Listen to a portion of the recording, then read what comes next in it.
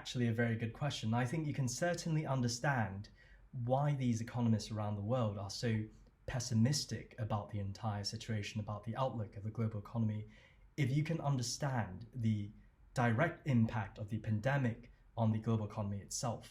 Now, we at the Asian Entrepreneur, we've been looking at this very intensely, and we can break it down into four very distinct things. From this pandemic, you are seeing a very transformative impact on the consumption behavior and demand of the market. You are seeing it, secondly, on the productive output of these economies around the world. You're seeing the supply chain network change around the world, as well as a major transformation in the financial undercurrent that runs economies around the world. And it's really not hard to see what I'm talking about, because if we're looking even at the first point, between you and me, we know that at the moment there is a collective zeitgeist of fear between all of us. We're all very apprehensive. And this fear is not just a fear of mortality, a fear of death from dying from the virus. It's also a fear of uncertainty. We're all not sure what's going to happen next. And this fear is actually exacerbated by the precautionary measures and the reaction measures that are actually undertaken by the government, from social distancing guidelines all the way to actual lockdowns, all of which are fundamentally transforming our way of life in very dramatic ways. It's so different now, so we're all really afraid. And all this fear translates to a transformation in how we consume, how we spend money, what we do every day. People are spending much less. People are much more fearful, they're much more cautious. And you are seeing this no matter where you are on the spectrum, in terms of the socioeconomic spectrum. You could be incredibly wealthy, same thing, you're cutting back on spending. And all this has adverse meaning for all industries and sectors. All of them are affected. Some affected very severely. For example, luxury goods, hospitality, tourism. A lot of businesses are struggling because less money is actually moving from our pockets into the market. So this is really quite a severe and very immediate impact of what's going on just from the zeitgeist of fear alone.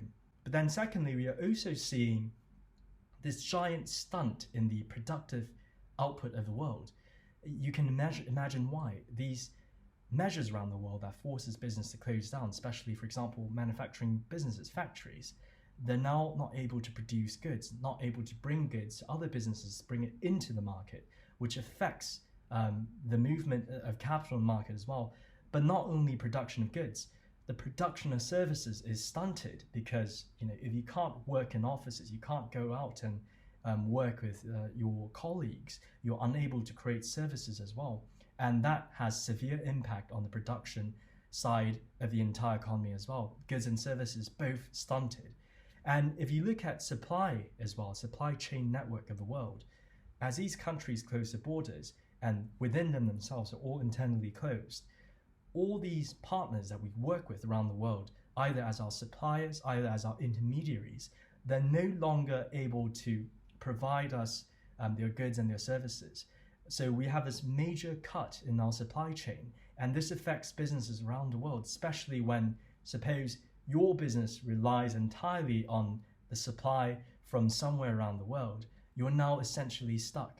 But not only that, a lot of people now are discovering that although they thought they were getting a source from, suppose, someone domestic, but they were actually an intermediary, and third to fourth tier later, the source of their source is actually some country, for example, like China. And that's essentially, again, the same situation, a dead end. But not only raw materials, not only goods, also services. The movement of people around the world has also been restricted.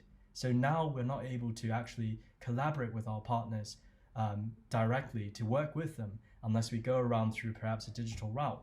So we can see no doubt that productive capacity is stunted much more than we have ever seen before, just because of globally, collectively, all these governments taking these measures. And then finally, you're also seeing the financial current of the market change.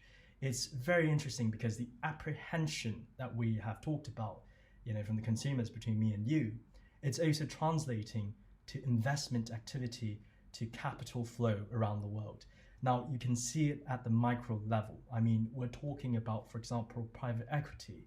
and these venture capitalists, these angel investors that invest in startups and these private businesses, if you look at all the top ones as we have examined, you'll see that all these top and these really active private equity investors throughout Southeast Asia, at the moment, their funding activity has diminished significantly. From our study, it's actually much more than 30% to 40% for a lot of these top destinations. And it's incredible. A lot of them are not investing. All these funding activities stopped all of a sudden.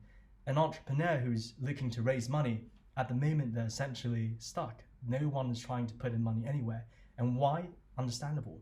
These investors, they're also quite uncertain. They feel quite uncertain about the future. They're also uncertain about whether the business they're going to invest in is even going to survive this crisis. So there's a severe liquidity issue for many of these startups.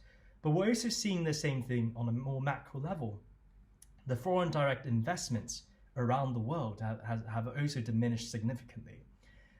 We did this study where we, last year, 2019, profiling FDIs in 15 emerging markets, and we profiled about 79 billion based on research that went into these countries. Now, in the last 3 months, this is actually quite interesting. What's quite interesting is that 70 billion of the amount has actually exited these markets just in 3 months alone. So the fear is actually everywhere.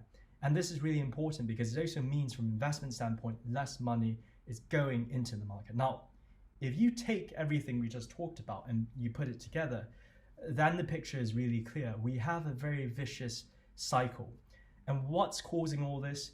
Two things. Fear, the overall fear of ourselves and our countries and our societies, but also, most importantly and most directly, the precautionary measures that are taken by governments around the world.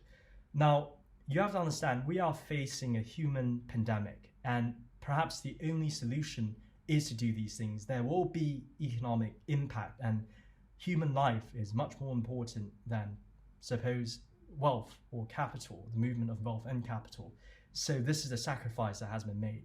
Now, taking all this into account, how are businesses going to survive? The ones that are poised to survive are those that can firstly figure out how to solve their own liquidity issue, because everything we just profiled, we can tell that there's less money moving into the market and therefore less money for businesses. So businesses that can solve their cash flow issues, they will be able to survive the first stage. Then the second thing is to realize that because of the precautionary measures and also the reactionary measures of the governments, the entire landscape has changed. There's a lot more restrictions. So the businesses that can figure out how to go around these restrictions, be it through digitization or any other sort of innovative strategy, they are poised to survive. And then finally as well is the fact that this entire ordeal is really a test of how we can actually engage the community, bearing in mind everything that's actually happening. So the businesses that can figure that out and actually step above the others, the ones that can survive and potentially realize a competitive advantage later on. And I think at the later stages, then we're talking about more strategic side of things. How do we realize what are the new opportunities that come from crisis? Yes, indeed, there is undoubtedly challenging times ahead for the global economy based on everything we just talked about. But also bear in mind that in every crisis, there's also opportunity, because there'll be much more need. So the entrepreneur that realizes these things, they are the ones that are going to do well after this entire ordeal is over. So now we can understand why economists say that, there are these recessions for all these countries, but we can also understand why some entrepreneurs, commentators are so optimistic in the midst of all this pessimism.